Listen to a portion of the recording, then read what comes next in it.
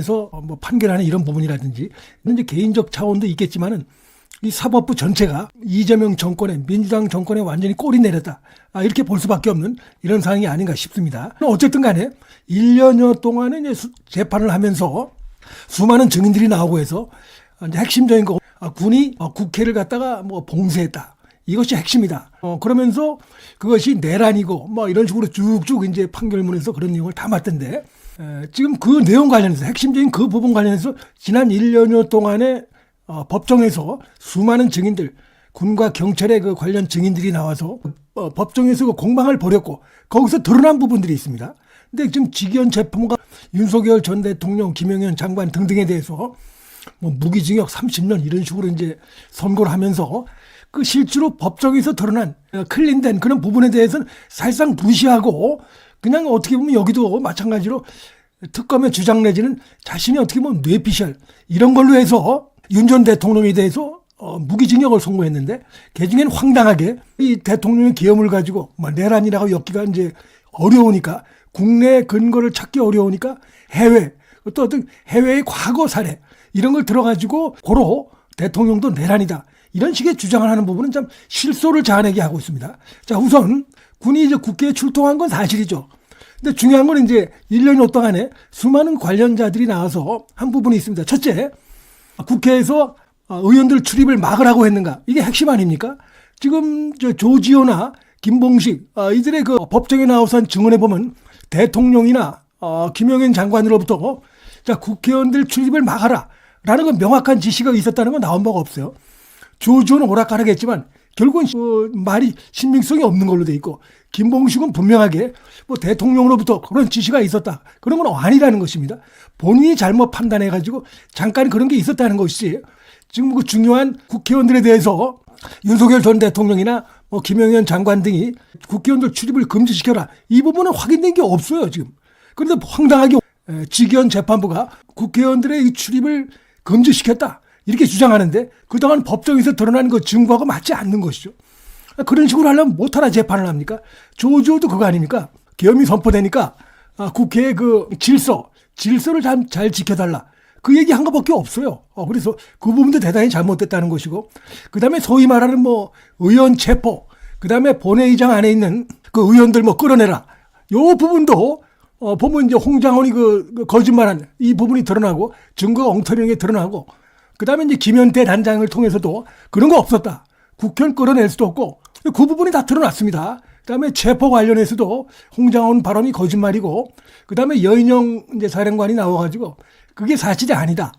자신이 그 습관적으로 하는 부분들이 있고 해서 중대하게 좀 자기가 말을 실수한 부분이 있고 한데 전혀 그런 게 아니다. 그 실제로 무슨 뭐 누가 체포된 사람도 없고 준비된 것도 없지 않습니까?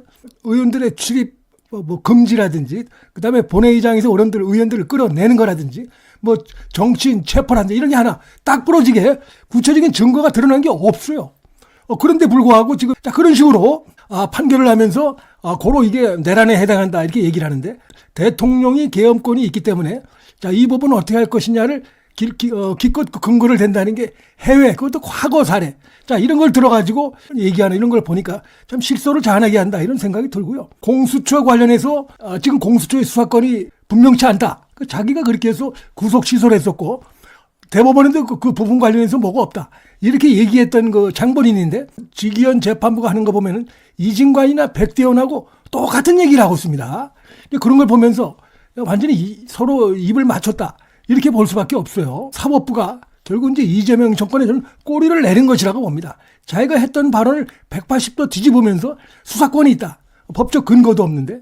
그래서 이런 걸 보면은 만약에 여기서 법과 증거 이런 것 따라서 제대로 예를 들어서 무죄를 선고한다 이랬을 때 자기가 죽을 수도 있겠다. 이재명 정권에 의해서 보복을 당하고 성취 못하겠다. 이런 거에 대해서 겁먹은 게 우선 크다고 봅니다. 그래서 겁을 확 먹은 게 있고 두 번째는 이 사법부 전체가 지금 이재명 정권이 재판 소원이니 그다음에 법 왜곡죄니 뭐 그다음에 대법관 증언이 해가지고 사법부를 지금 완전히 발활해 두기 위해서 그다음에 헌지에 넘기려고 좀 이러고 있죠. 정청래가 뭐 사형이 선고가 돼야 된다. 그러면서 마구 겁박을 했고 사법부를 그다음에 자기들 기대대로 안 나오면은 쳐들어간다. 이런 얘기 뭡니까 지금 헌재 아래 두겠다. 대법원을 사법부를 그다음에 법 왜곡죄를 통과시키겠다.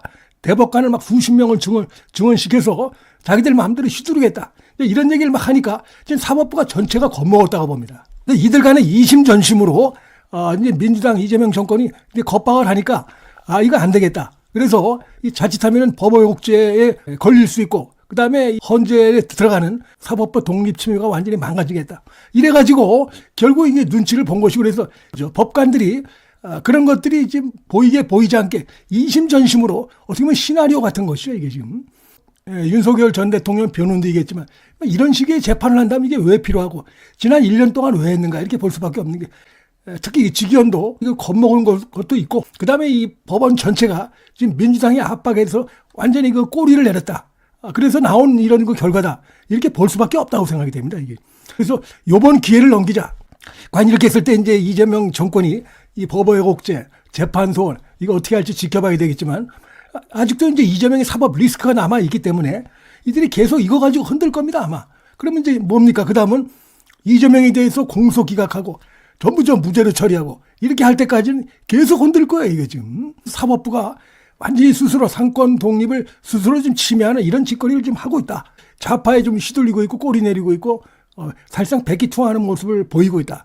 보면 특검 주장대로 지금 돼 있습니다. 이게 지금 근거대로 법정에서 드러난 증인의 증언에 대해서 한 게 아니고 그 실체적 진실에 따라서 또 어떤 그 절차적인 위법 이런 부분을 드러난 부분에 대해서는 외면하고 억지로 궤변으로 해서 타당하다라고 주장하면서 법관이 자기 마음대로 주장하는 것이죠. 그것이 맞고 틀리기는 뭐 항소심 가서 따지든지 난 모른다 이런 겁니다 지금. 그래서 이 상당히 심각한 사법부의 모습이라고 보고요. 윤석열 전 대통령 측에서 이재명 정권 눈치 보고 있다. 정해진 결론을 위한 요식행위다. 이런 재판이 왜 필요하냐면서 참 너무나 어처구니없고 처참하다. 한마디로 참담한 심정이다. 그런 입장을 밝혔는데 일부 이제 우파, 왜 뭐 친한계라든지 이런 쪽에서 벌써 그 국민의힘 지도부를 비난한다든지 이런 모습이 나오고 있는데 그러면 안 될 것 같습니다, 지금. 뭐 우파에서 살살 이탈한 그런 자들도 지금 이제 이번 기회를 이용해서 국민의힘을 흔들고 또 이제 친한계들 일각이 국민의힘 지도부를 흔들고 이러면서 지금 내부에서 우파가 서로 분열될 조짐이 나오고 있는데 그건 완전히 좌파들이 원하는 거죠, 그거 지금. 이들이 이렇게 하는 건 뭡니까? 여기서 윤석열 전 대통령에 대해서 무죄가 나오고 이렇게 되면 이재명 정권이 큰 타격을 받고 지방선거도 타격을 받을 수밖에 없다 보니까 이렇게 수에 힘어가지고 겁박을 한 건데 또 하나 그러면서 우파를 분열시키는 공작을 해왔는데